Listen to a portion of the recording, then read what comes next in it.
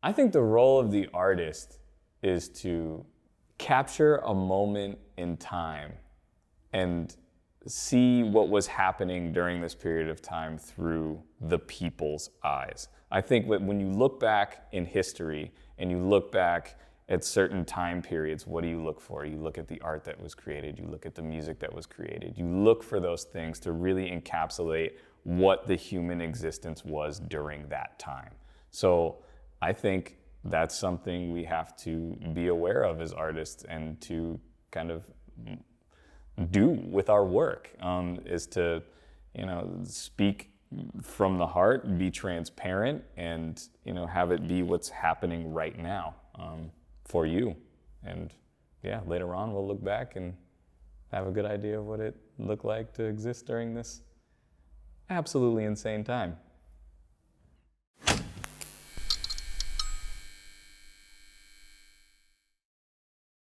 We like each other.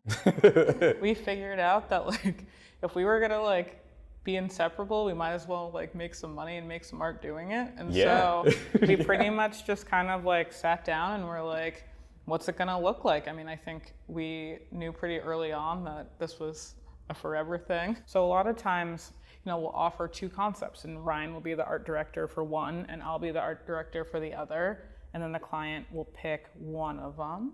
And then... Hers. We both love to see each other win. It's kind of same team, same dream sort of thing. Mm-hmm. So it's not really too much of a push-pull. It's kind of oh no, you nailed that. Let's go with that. I think at the end of the day too, we just want to put out the best possible thing, the best possible painting, the best possible mural that we can do. I don't want to say it's easy because there's a lot of parts of it that are difficult, especially with having a family, but but the art part, it's the logistics. Yeah. The logistics are the toughest part. Yeah. It's just kind of figuring out where time is delegated, who gets the specific time to do that. That's the most difficult part when it comes to actually working together. And there's nobody else there's literally no one else I think I could spend this much time with, and it's kind of an easy one. We had kind of known each other just through the small circle of Portland and art school. Yeah, I mean, how many Black art kids were there? None. Yeah, I think it's just the two of us. Yeah. Then in the early 2000s when you were up here for school, I was in Boston for school, so we kind of swapped places. But I would come back and just such a small community, especially then in Portland. It was I was familiar with her and her work, and I was like, hey. Yeah. It worked. It worked. I know. I was trying to think. That was 9 years ago, around this time. Yeah. Almost a decade. Yeah. Damn. Yeah. When we both think about different artists or even companies that we admire, they are kind of spread between multiple different mediums. So even the fact that Ryan's upbringing was with graffiti. Well, there's, murals are kind of an extension of that, or it's also this mindset of having your name on as many things as possible. And so that mentality kind of also gets applied to whether it be hats, murals, stickers, beer cans. It's kind of the same mindset. And I think for me, it's similar because, a lot of what I've pulled inspiration from is textile design. And that's something that also is in homes, on clothes, on all these things. So our model for what is exciting to us is when there is many applications of it and being able to maintain the integrity of your studio practice at the same time. And so I think a lot of times it's not even necessarily a paycheck that's the draw, but it's just further developing imagery in a way that in a large scale. We both have kind of our established mural styles, and we kind of know that, or at least for me, I kind of look at that as this is a thing that people want. They've associated kind of this style of work to me, and they were okay, this is its own entity almost. A a way to not go nuts by creating so much of that is my studio time, which is very, very sacred to me. And with these murals and this thing that people are expecting from you, there's like zero room for failure. You can't take a check from a company, paint and the exterior of their building and screw up or not know what you're doing. In the studio, I can fail, I can experiment, I can do weird stuffs, and just the freedom that's there, like I hold so dearly onto that, and that is kind of what I think balances things out a bit.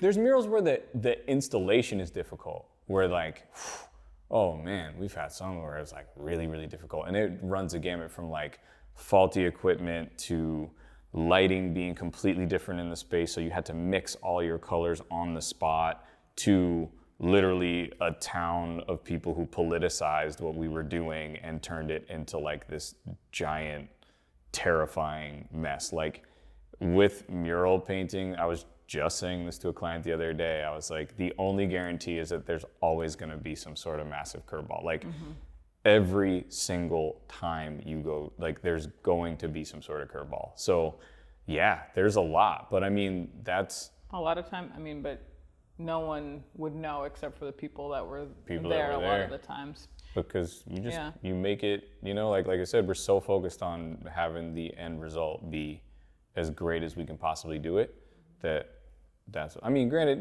there's some that I did 9-10 years ago I look at now and I'm like, goo, but at the time that was my all. That was the best I could do at the moment, so. Make it work. Yeah. The graffiti writing, I think, is a good trainer for that sort of thing. And parenting. Yeah, true. Actually, yeah, I didn't think about that. There's always going to be a curveball every time you leave the house. How you expect it's going to go and how it's actually going to go are just so you just kind of like, you're always thinking. And I think because we're always practicing, like whether it be for a design or a painting, like you have your toolbox ready to go. So you're never like completely asked out. But some of the more like what you've had to deal with, like the social side. And we had two jobs. There's just rural Maine, and we had to deal with racists and like just shitty people, terrible people that just felt a way about us painting outside and at times threatened us. I was pregnant and got threatened with a gun. Or threatened having a gun. Yeah, she's like, I'm gonna go get it. But then the cop came and told us that he told her that you can't talk to black people like that anymore. And we were like, thank you for clearing that up. I was like, oh, yeah, definitely not anymore. Yeah. Well, I was like pregnant and like snot crying. She's praying, and I'm just like, I'm out there like, there's those moments, when you just look at, you're like, is this project worth this? You know what I mean? Like, is it, but I mean, that's the other thing. I mean, I don't let people stop me from doing what I want to do. So it's like, you can feel as uncomfortable as you want. I'm going to finish this job and I'm going to make it awesome. And I hope you have to look at it every day of your life, thinking of this face. Yeah. My background, I guess I say unconventional arts education, was in painting graffiti. But then also I started painting signs, hand painting signs, like in the early aughts, and learning kind of traditional letter forms and things like that. Kind of molded the two of those things together. So the geometric patterns or design are made from the flourishes that you would do if you were like embellishing letters while you're writing graffiti. But the base letter forms are very basic, solid block letter forms that I learned through sign painting. To me, graffiti, the root of graffiti is in the illegality of it. And like, so that's what I consider graffiti, and I don't do it anymore because, I'm a little old these days and I got responsibilities. But I do still paint pieces, like graffiti pieces. Like there's not a couple walls that owners just kind of trust me at this point, and they're like, go ahead and do whatever you want. And ooh, I love those. Those are like my little fishing trips. Like, some people go fishing for days or they'll go golfing. Like, I get a trackside wall and just a bunch of paint and just go for it with no real plan and just paint. I went to Mecca and I was a printmaking major, and a lot of my artwork then was pretty deeply like rooted in kind of like references to African mud cloths and Scandinavian design. And after art school, and you learn that you're not going to be a millionaire artist and you have to go work at a coffee shop, and then you don't have access to all these like tools that your like Shangri-La of artness like that you had. So then you resort to what you have. And so for me, that was like Michael's craft paint and sheets of plywood. I really started to lean into these kind of like quilt formations. And even though I didn't start using fabric till, you know, honestly, like the last couple years, really, it's all felt like they were studies for fabric work. And so they're kind of interchangeable. I always say like I quilt what I can't paint and I paint what I can't quilt. It's felt like I've had to kind of like, you know, spend time with each element and then like slowly start piling them together.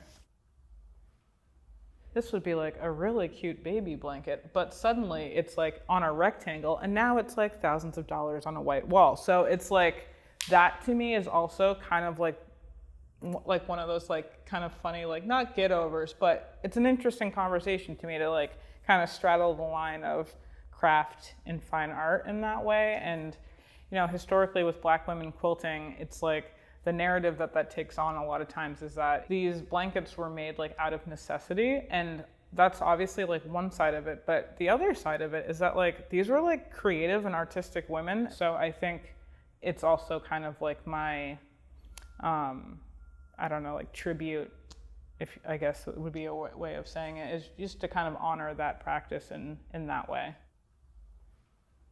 Part of the appeal of quilting is that I can do it at the kitchen table amongst the chaos, and it's not necessarily really ever like these isolated moments of studio time. It's usually done, or I just like miss the family, and so like they'll be watching a movie and I'll be like at the kitchen table like sewing while they're hanging out. I'm like, I was gonna say, you gotta, I think it kind of works well for you around this, because there was like, Yeah. I mean, especially during this last stretch, it was Yeah. like, nope, you've got studio time, like I got the kids, but you'd be like, I'd always weasel my way. from Like home. it was like Yeah. I finally got all this studio time, and I'd be like, I'd get here, and I'd message around and be like, so what are you guys doing?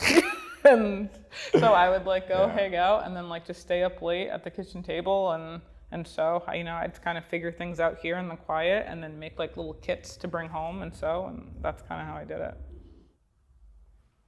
This is advice that we got from somebody else, so I can't take complete credit for this, but if you've already established a life that you love, welcome your kids into that life. Don't change your life because the kids are here. It's a beautiful thing to be an artist and to be around a supportive artist community.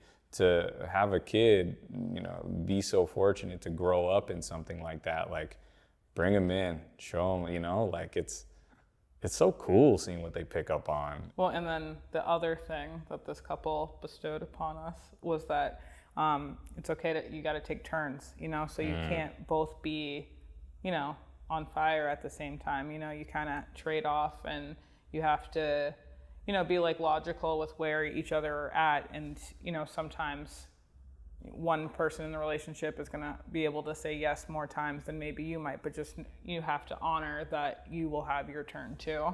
And I think that's also why we're not competitive, because I think we both have made sacrifices at different times. So like even if we weren't in the studio working, we were holding it down at home. So it feels like that success that the other person was getting in the studio is part of your success because you helped allow it happen. Yep.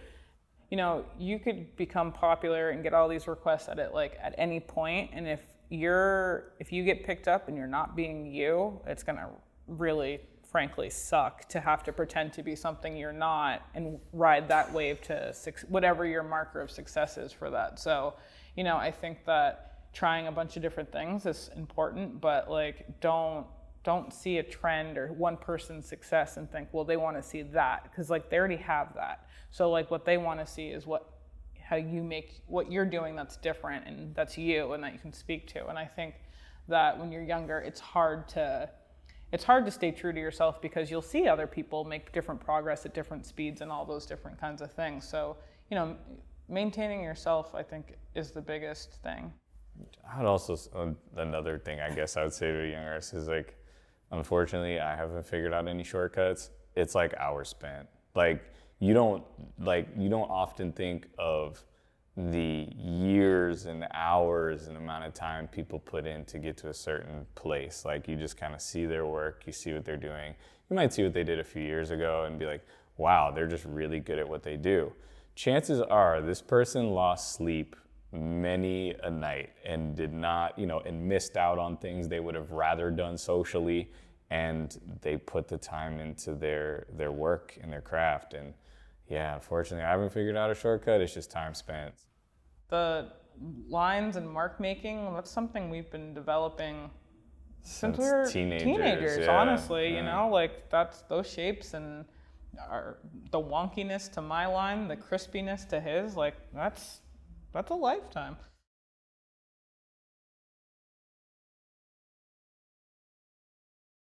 But to answer your question, I don't even know what that was. It was what's for dinner. Like we don't even know. Like I think we were talking about, because we have my mom's got the kids for a little bit, so we're talking about maybe trying to sit down, have a quick and uninterrupted. team dinner, uninterrupted. Yeah, see if we can pull that off. Yeah.